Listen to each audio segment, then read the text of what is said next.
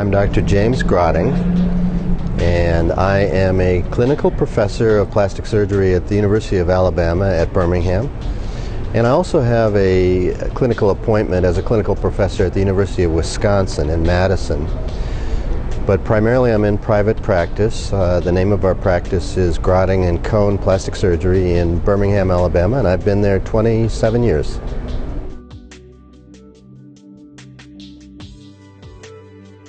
The easy answer is to tell you that my father was a plastic surgeon. As a matter of fact, he was the first plastic surgeon in Minneapolis. And he became interested in plastic surgery because he was stationed in Paris during World War II and taking care of a lot of injuries from the European theater there.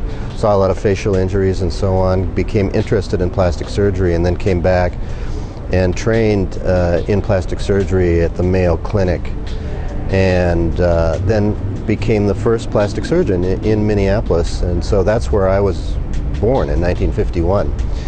But I say that's the easy answer because I really never knew him as a plastic surgeon. He actually died when I was 16 years old, so I didn't know anything about plastic surgery then, but little by little I became more interested in medicine,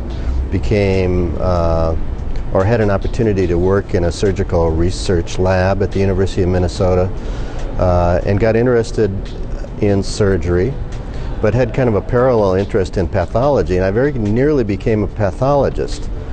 But I felt after working in that field and doing research in pathology that it wouldn't maybe hold my interest for a lifetime, so I gradually drifted back into surgery and did a general surgery residency at the University of Washington in Seattle, and became quite interested in burns and hand surgery there, and then ultimately decided to train in plastic surgery. And so after finishing general surgery, moved to San Francisco and did my plastic surgery residency there at the University of California in San Francisco.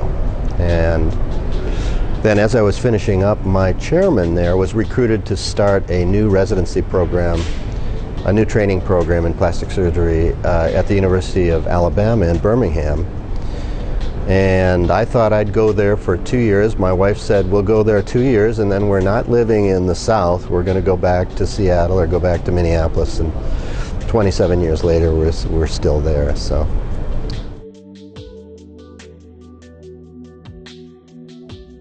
One of the reasons I was so glad to get involved with the project was because Dr. Stephen Mathis, who did the last series, was a mentor of mine and a lifelong friend.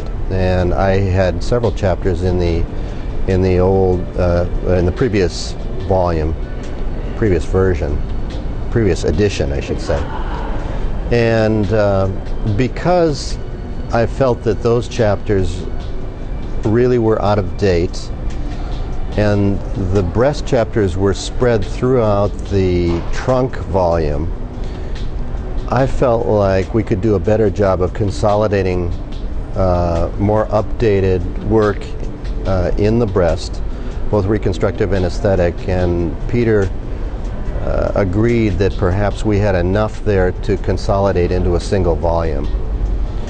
And obviously there are many things about the new edition which make it so much more usable, user-friendly, and readable. And it's a beautiful piece of work with lots of color art, color illustrations. And for the breast volume, we assembled what I consider to be the world's experts in each of those topics. And there wasn't a single one that didn't want to be involved with the project, and so I think what we've ended up with is a very updated, state-of-the-art consolidation of the spectrum of information available on reconstructive and aesthetic breast surgery, all assembled in one volume, and I'm very proud of it. I have spent many hours, of course, going through it prior to its publication, and even since have enjoyed leafing through it. So I hope it lasts a long time, and I hope a lot of people get a lot of use and enjoyment out of it.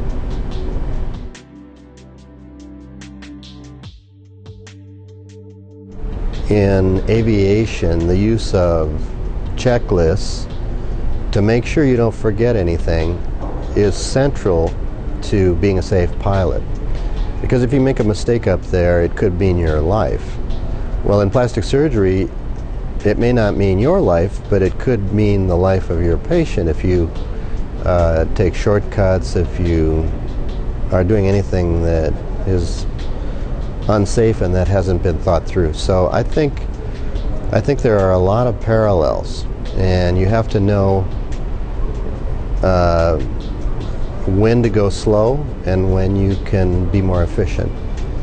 And so I think as I've gotten older, I recognize that oftentimes it's better to be safe and have a very acceptable result than to try to hit a home run and do something that might put a patient at risk. So I love to fly, I love to operate. I think there's lots of parallels between the two, and I think they complement each other.